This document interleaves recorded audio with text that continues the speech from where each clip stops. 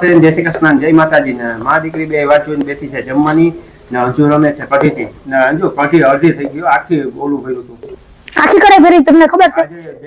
દેખાય ને, જેમ કઢીને ઉકાળો જેમ પકવો ને એમ એનો સ્વાદ ડબલ થાય. ચૂલે પકવેલી કઢી તો એક નંબર થાય. કાબા હા હા, કઈ વાંધો નહીં, આઈને બધા બેહો, ચૂલો ચાલુ છે, ટાઈમ નહીં લાગે. હા, એ વાત બનાવતા ને એની આજ મને દગો દઈ દીધો, એટલે મારે ઇમરજન્સી માં પછી મારે આ કઢાઈમાં કઢી વઘારવી પડી. તો આ બાજુ જો મસ્ત એવી કઢી તૈયાર થઈ ગઈ છે, અને આમાં છે ખીચડી, બાજરાના રોટલા અને લસણ વાળી ચટણી. તો કઈક આવું છે આજે અમારે રાતનું વ્યારું. તો આવી જાવ તમે બધા દેશી વ્યારા કરવા. ને આજથી અમારે શિયાળાની શરૂઆત થઈ ગઈ છે ને, તો આજે મેં પહેલી વખત બધી રસોઈ ચૂલે બનાવી છે ને આજે અહીંયા જ બેહીને વ્યારા કરવાના છે. તો હવે તો બસ અઠવાડિયામાં 2-3 દિવસ છે ને ચૂલા ઉપર રસોઈ બનાવશું, ફરી આમ બેહીને બધા ખાવાના, સવારનો નાસ્તો ને ચા પણ અહીંયા જ કરવાના. બરાબર ને સાહેબ? તો સારું, હાલો કેને આ દેશી ખાણું ભાવે છે એ પણ મને કહેજો. ના છે અમારો આજનો નાનકડો વિડીયો. જો તમને ગમ્યો હોય તો વિડીયો લાઈક, શેર, સબસ્ક્રાઇબ. આવજો. જય ભોલેનાથ.